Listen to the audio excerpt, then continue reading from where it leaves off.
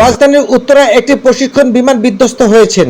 আজ সোমবার দুপুরের দিকে উত্তরার মাইলস্টোন কলেজ এলাকায় এটি বিধ্বস্ত হয়। এতে হতাহতের সংখ্যা করা হচ্ছে, তবে এখনও কারো নিহত হওয়ার নিশ্চিত কোনো তথ্য পাওয়া যায়নি। আন্তঃবাহিনী সংযোগ অধিদপ্তর ISPR জানিয়েছেন, বাংলাদেশ বিমান বাহিনীর F-7GI প্রশিক্ষণ বিমান উত্তরায় বিধ্বস্ত হয়েছেন। বিমানটি দুপুর 1:06 উড্ডয়ন করেন। সামাজিক যোগাযোগ মাধ্যমে এই ঘটনায় একটি ভিডিও ছড়িয়ে পড়েছেন, তবে ভিডিওটির বিষয়ে বিস্তারিত কোনো তথ্য এখনও পাওয়া যায়নি।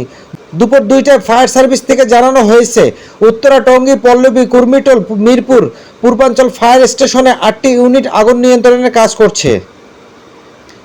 ঢাকা মহানগর পুলিশের উত্তরা বিভাগের উপপুলিশ কমিশনার শহীদুল ইসলাম ঢাকা পোস্টকে বলেন, আমি 5 মিনিট আগে শুনতে পেরেছি মাইলস্টোন কলেজের এলাকায় একটি প্রশিক্ষণ বিমান বিধ্বস্ত হয়েছেন। আমি ঘটনাস্থলে যাচ্ছি এবং বিষয়টি নিশ্চিত হওয়ার চেষ্টা করছি। এই ঘটনায় কেউ হতাহত হয়েছেন কিনা এখনও সে বিষয়ে কিছু জানা যায়নি।